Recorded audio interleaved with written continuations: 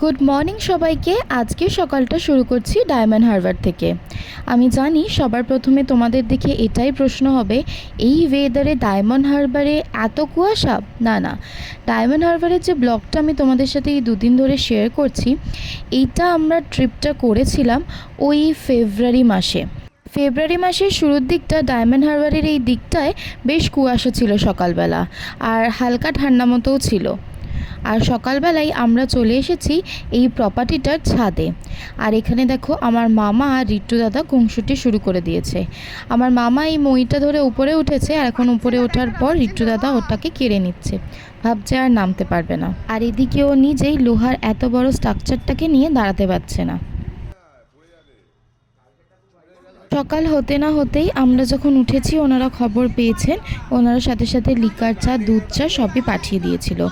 আর বলে গেল breakfast ready আছে। ব্রেকফাস্টে ছিল কচুরি আর আলুর দম, তার সাথে মিষ্টি। আমরা যেন রেডি হয়ে চটপট খেতে চলে যাই। ব্রেকফাস্ট সারার পর ওখানের যিনি রিসর্টের মালিক ছিলেন দেবুদা, উনি আমাদেরকে যেখানে বিয়ে বাড়ি ভাড়া হয় যেই ফ্লোরটায়, সেই ফ্লোরটা ঘুরিয়ে দেখার জন্য নিয়ে এসেছিলেন। আর এখানে আমরা সবাই এসে ফটোশ্যুট করতে বসে গেছি। আমরা যারা ডায়মন্ড হারবার গেছো তোমরা অনেকেই দেবুদার হোটেল চিনে থাকবে। এটা বেসিক্যালি একটা স্পাইস হোটেল।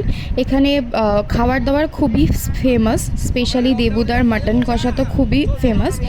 এই দেবুদারই এই ভিলেজ রিসর্টটা ছিল, যেখানে আমরা দুদিন এনজয় করেছি। দুদিন অ্যাকচুয়ালি না, হাতে ছিল 1.5 দিন মতো সময়, যেখানে আমরা চুটিয়ে আনন্দ মজা আড্ডা করেছি। আর একদিনে ঘোরার জন্য এই রিসর্টটা ছিল জাস্ট দুর্দান্ত। তো আমি তোমাদের সবাইকে রেকমেন্ড করব, আর পারলে আমি দেবুদার হোটেলের নাম্বারটা তোমাদের সাথে শেয়ার করে দেবো। তো আজকের মতো টাটা বাই। এখানেই ঘুরতে যাওয়ার ব্লগটা শেষ করলাম। আমরা ডায়মন্ড হারবার স্টেশন থেকে 4:30 ট্রেন ধরেছিলাম, আর সব মিলিয়ে আমাদের পৌঁছাতে 7টা মতো বেজে গেছিলো। তো খুব শিগগিরই আবার হয়তো নতুন কোথাও যাওয়ার ব্লগ নিয়ে আসবো, কারণ সেই রকমই কিছু প্ল্যানিং চলছে। আর নতুন কোথাও যাওয়ার ব্লগ দেখতে হলে তোমাদের কিন্তু অবশ্যই আমার চ্যানেলটা সাবস্ক্রাইব করতে হবে এবং সাথে থাকতে হবে। Thank you.